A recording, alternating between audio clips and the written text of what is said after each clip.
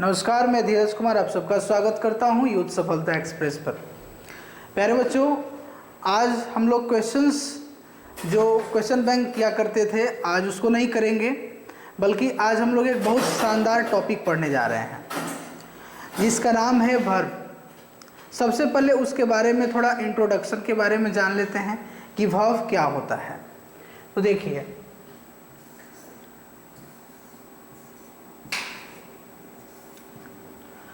Verb का मतलब क्रिया होता है। वर्ब का मतलब क्रिया होता है, कुछ करना। हमारा पूरा जो इंग्लिश ग्रामर है, जो सेंटेंस बोलते हैं या हमारा जो एक्शन होता है, जो रोजमर्रा का काम होता है, वो सब तो वर्ब ही है। बिना वर्ब का सेंटेंस संभव नहीं है। तो हर एक जगह पर वर्ब का इस्तेमाल होता है, लेकिन वो वर्ब का जो इस्तेमाल होता है, जितने भी वो खा रहा है, वो हंस रहा है, वो दौड़ रहा है, कुछ भी काम कर रहे हैं, तो वो क्या कहलाएगा? वो वर्ब कहलाएगा। किस हर एक प्रकार के काम को वर्ब कहते हैं। तो आज क्यों ना इसके बारे में थोड़ा डिटेल जानकारी हम लोग लें, इसके काइंड्स के बारे में जानें, इसके कौन से वर्ब कहाँ पर किस रूप में इस्तेमाल होते हैं उसके बारे में जानें। तो आइए सबसे पहले हम लोग जानते हैं डेफिनेशन के बारे में कि व्हाट इज वर्ब। वर्ब क्या है? सिंपली एक कहा जाए तो हमारा डेफिनेशन क्या होता है? Action words are called verb. जितने भी एक्शन वर्ड्स हैं जिससे कि कोई काम करने का बोध होता है, काम करने वाले शब्दों को क्रिया कहते हैं, यानी कि जो एक्शन वर्ड्स होते हैं उसको वर्ब कहते हैं। तो केवल वह एक्शन ही बताते हैं या इसके अलावा भी कुछ बताते हैं? जैसे कि आई एम प्लेइंग, मैं खेल रहा हूं, ये एक वर्ब है, प्लेइंग। सी इज रीडिंग, वह पढ़ रही है, रीडिंग वर्ब है। दे आर टीचिंग, वे लोग पढ़ा रहे हैं, टीचिंग हमारा वर्ब है। Mohan is playing cricket, playing हमारा वर्ब है। ये सभी के सभी कुछ ना कुछ एक्शन को दर्शा रहे हैं। लेकिन ऐसा भी सेंटेंस में तो हो सकता है कि उसमें कोई एक्शन ना हो। यहां पर मैं आप सबके समक्ष एक सेंटेंस लिख रहा हूं, आई एम टीचिंग। यहां पर तो एक एक्शन हो रहा है। कौन सा एक्शन हो रहा है? टीचिंग का एक्शन हो रहा है, पढ़ाने का काम किया जा रहा है। लेकिन वही जब मैं यहां पर सेंटेंस में लिखूं आई एम अ टीचर, अब इस सेंटेंस में कोई एक्शन तो नहीं हो रहा है, लेकिन यह सेंटेंस है और आपको यह पता है कि बिना वर्ब का सेंटेंस का फॉर्मेशन नहीं हो सकता है। तो आखिरकार इसमें वर्ब होना चाहिए। इसमें वर्ब है, तो इसमें कौन वर्ब है भाई? तो इसमें वर्ब हमारा क्या है? एम है। इससे पहले वाले सेंटेंस में दो वर्ब था, एक एम वर्ब था और एक टीचिंग वर्ब था, है ना? और इसमें एक वर्ब है। तो कम से कम एक वर्ब तो सेंटेंस में होना ही चाहिए। पहले वाले टीचिंग से हमें एक्शन का पता चल रहा है, लेकिन दूसरे वाले सेंटेंस में बोल रहा है आई एम अ टीचर, मैं एक शिक्षक हूं। इस सेंटेंस से हमें क्या पता चला प्यारे बच्चों? तो इस सेंटेंस से पता चला कि मैं शिक्षक हूं, मेरे स्टेट के बारे में पता चला। स्टेट का मतलब क्या होता है? अवस्था होता है। स्टेट का मतलब आप क्या? यू आर स्टूडेंट, आपका स्टेट क्या है? स्टूडेंट का। आई एम अ टीचर, मेरा स्टेट क्या है? टीचर का। ही इज फार्मर, उसका स्टेट क्या है? वो फार्मर है तो फार्मर का। ही इज अ सोल्जर, उसका स्टेट क्या है? सोल्जर का। तो अवस्था, वह कौन सी अवस्था में है? वो एक शिक्षक की अवस्था में है, वह एक स्टूडेंट की अवस्था में है, वह एक सोल्जर की अवस्था में है, वह एक फार्मर की अवस्था में है। तो वर्ब से हमें एक्शन का तो पता चला, अभी टीचिंग से हमें एक्शन का तो पता चला, लेकिन इस वर्ब के माध्यम से एक वर्ब का इस्तेमाल हुआ जिसके माध्यम से हमें किसका पता चला? स्टेट का भी पता चला। तो यानी कि वर्ब हमें एक्शन के बारे में भी बताता है, स्टेट के बारे में बताता है। और एक और आप सबके समक्ष में सेंटेंस लिखना चाहता हूं, आई हैव अ पेन। इसका अर्थ क्या हुआ? मेरे पास एक कलम है। I have a pen. यहाँ पर बिना वर्ब के सेंटेंस नहीं बन सकता है, तो यहाँ पर तो एक वर्ब लगा हुआ है हैव। अब इस सेंटेंस से क्या पता चल रहा है? पोजीशन का पता चल रहा है, अधिकार का पता चल रहा है कि मेरे पास एक कलम है, यानी कि ये हैव के माध्यम से ही, इस वर्ब के माध्यम से ही पोजीशन का पता चला, अधिकार का पता चला। यानी कि हमें जो वर्ब है वो पोजीशन के बारे में भी बताता है, एक्शन के बारे में भी बताता है, स्टेट के बारे में भी बताता है। उन सभी वर्ड्स को हम लोग वर्ब कहते हैं। A verb is a word that tells about action, position and state. तो मुझे उम्मीद है कि आपको डेफिनेशन पूरी तरह से क्लियर होगा। वह वर्ड जो एक्शन के बारे में बताए, पोजीशन के बारे में बताए और स्टेट के बारे में बताए, उसको वर्ब कहते हैं। अब समय आ गया कि वर्ब के काइंड्स कितने होते हैं, तो आइए वर्ब के काइंड्स के ऊपर आगे बढ़ते हैं।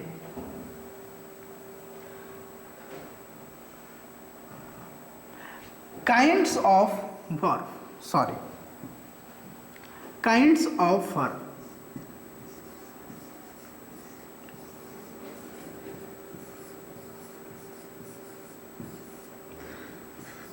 वैसे तो वर्ब के मेनली जो काइंड्स होते हैं वह दो प्रकार के होते हैं। एक मेन वर्ब होता है और एक ऑक्सिलरी वर्ब होता है। पहले अच्छे से समझ लिया जाए कि मेन वर्ब क्या होता है और ऑक्सिलरी वर्ब क्या होता है। मेन वर्ब को प्रिंसिपल वर्ब भी कहा जाता है और ऑक्सिलरी वर्ब को हेल्पिंग वर्ब भी कहा जाता है। मेन वर्ब का मतलब प्रिंसिपल। आप एक छोटा सा उदाहरण स्कूल का ले लीजिए।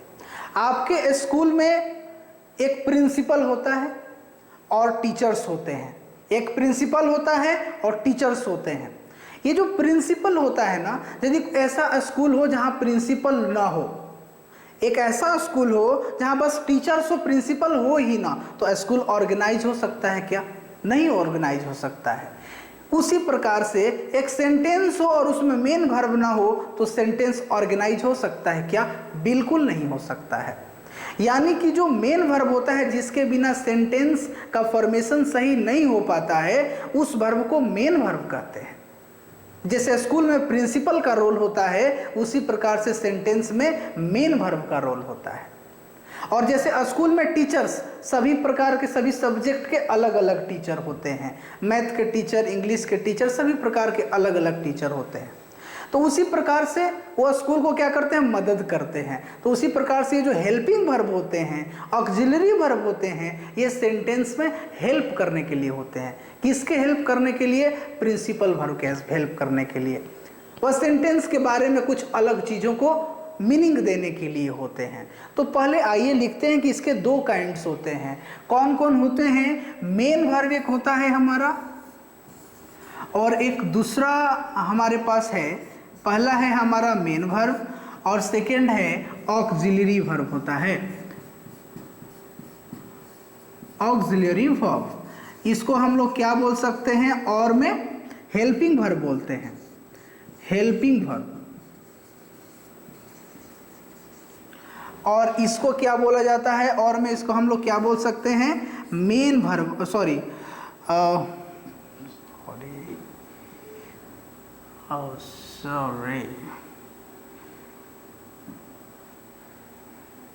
एक मिनट।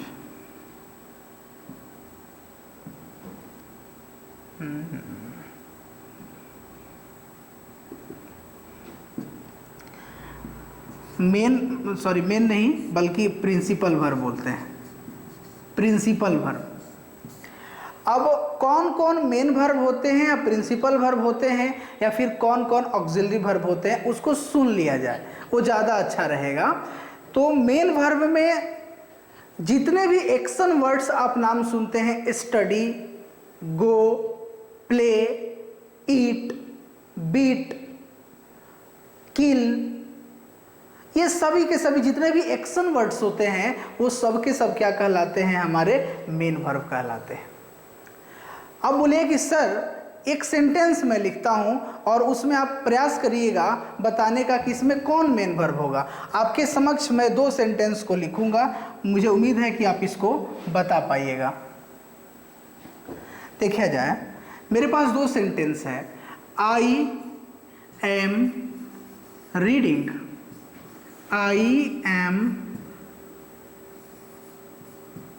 रीडिंग,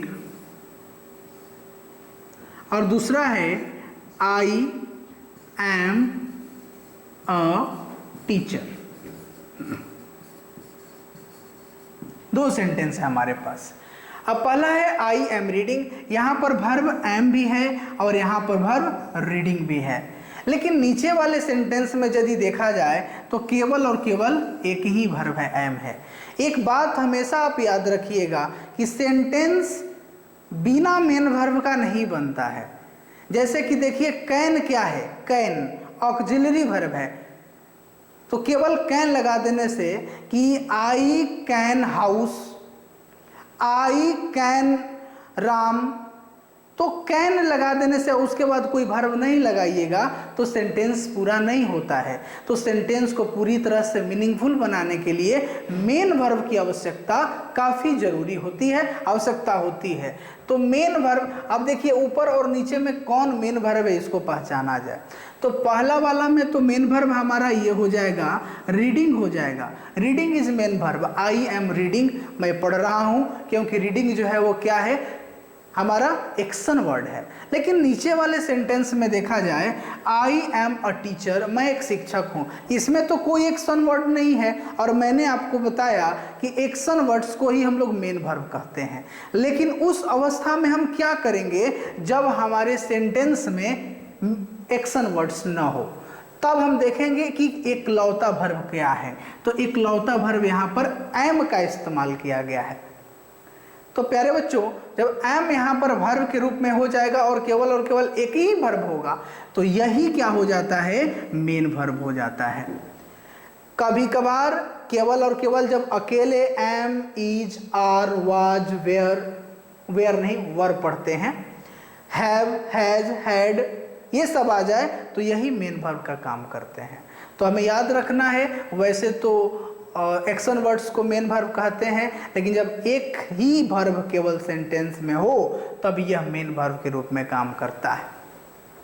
अब आइए, मेन वर्ब के भी कुछ काइंड्स होते होंगे, तो मेन वर्ब के काइंड्स के बारे में भी आइए जानकारी ले लेते हैं कि मेन वर्ब के कितने काइंड्स होते हैं।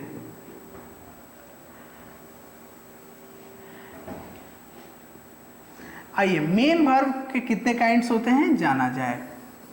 मेन वर्ब के तो काइंड्स अलग अलग प्रकार से आपको बुक में या और जगह पर मिल सकता है।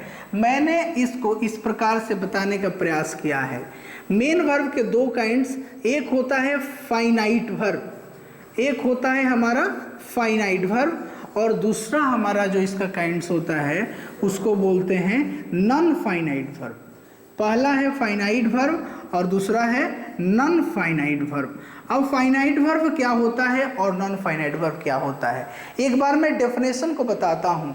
अ verb that changes according to subject and tense is called finite verb. A verb that does not change according to subject and tense is called non-finite verb. ये पूरी तरह से समझ नहीं आया होगा, लेकिन मैं एक बार फिर से बता देता हूँ हिंदी में। जो वर्ब सब्जेक्ट और टेंस के अनुसार बदल जाते हैं उसको फाइनाइट वर्ब बोलते हैं, और जो वर्ब सब्जेक्ट और टेंस के अनुसार नहीं बदलते हैं उसको नॉन फाइनाइट वर्ब बोलते हैं।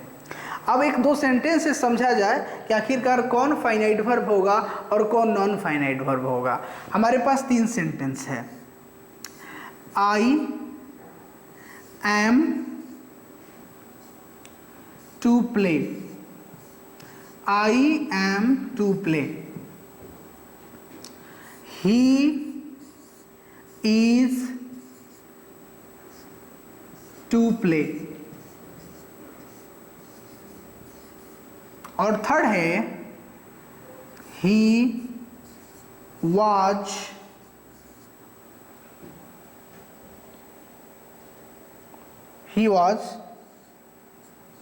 to play। ये सेंटेंस हम लोग देख पा रहे हैं। यहां पर है आई एम टू प्ले, दूसरा सेंटेंस है ही इज टू प्ले, और तीसरा सेंटेंस है ही वॉज टू प्ले। जब आप ये कुछ आपको चेंजेज नजर आ रहा होगा, देखिए पहले वाले सेंटेंस में भी वर्ब प्ले था, सेकंड वाले सेंटेंस में भी वर्ब प्ले था और थर्ड वाले सेंटेंस में भी वर्ब प्ले है। अब आइए यहाँ पर एक और वर्ब है, एम है, इज है और वाज है। जब सब्जेक्ट आई था तो आई के साथ वर्ब क्या लगा, एम लगा, लेकिन वर्ब प्ले ही रहा। फिर हमने सब्जेक्ट को चेंज कर दिया, सब्जेक्ट के जगह पर हमने ही कर दिया, तो उसके बाद वर्ब एक्सचेंज हो गया और ये इज हो गया, लेकिन वर्ब प्ले ही रहा इधर। फिर जब हमने टेंस को ही बदल दिया, प्रेजेंट से सीधा पास्ट कर दिया, तो इज के जगह पर वाज हो गया, लेकिन प्ले में कोई बदलाव नहीं हुआ। तो जो वर्ब, देखो ये बदल गया, इस रूप में आ गया, इस रूप में आ गया, तो जो वर्ब बदल जाता है उस वर्ब को हम बोलते हैं फाइनाइट वर्ब, और जो वर्ब किसी भी अवस्था में सब्जेक्ट और टेंस के बदलने से नहीं बदलता है उसको नॉन फाइनाइट वर्ब बोलते हैं। एक सेंटेंस और लेकर के हम लोग समझने का प्रयास किया जाए, देखा जाए। ही wants to play, he wants to play। दूसरा हमारा सेंटेंस है आई want to play, और थर्ड हमारा सेंटेंस है you wanted to play, you wanted to play। अब देखिए यहाँ पर पहला सेंटेंस है ही wants to play, सब्जेक्ट ही है तो वर्ब 5 का इस्तेमाल हो गया है और टू प्ले यहाँ पर वर्ब 1 के रूप में है। सेकंड वाले सेंटेंस में मैंने सब्जेक्ट को बदल दिया, ही के जगह पर आई कर दिया, तो वांट्स जो था वो वांट के रूप में हो गया, लेकिन वर्ब प्ले में जो पहले था वही रहा। उसके बाद मैंने टेंस बदल दिया, यू वांटेड टू प्ले, यानी कि ये वांट्स जो था वो वांट में भी बदला, वांटेड में भी बदल गया, लेकिन तीनों सेंटेंस में प्ले जो था वो रिमेन सेम रहा, यानी कि पूरी तरह से जिस रूप में पहले वाले में था वही रहा। तो जो वर्ब बदल जाता है उसको फाइनाइट वर्ब, और जो वर्ब नहीं बदलता है उसको नॉन फाइनाइट वर्ब बोलते हैं। उम्मीद है कि जितना आपको बताया गया आपको समझ में आया होगा, और आगे इसके बहुत सारे अभी काइंड्स बचे हुए हैं, इसके बारे में अभी और हमें जानकारी लेनी है, तो हम लोग लगातार लेते रहेंगे। और आपको एक इम्पॉर्टेंट मैसेज दे दूं कि हम लोगों का किसी कारण से आज एमबी बुक का क्वेश्चन हम लोग नहीं कर पाए हैं, लेकिन नेक्स्ट क्लास से फिर से हम लोग शुरू करेंगे और बीच में चैप्टर्स भी पढ़ते रहेंगे। तब तक के लिए धन्यवाद। Thank you so much for watching this video.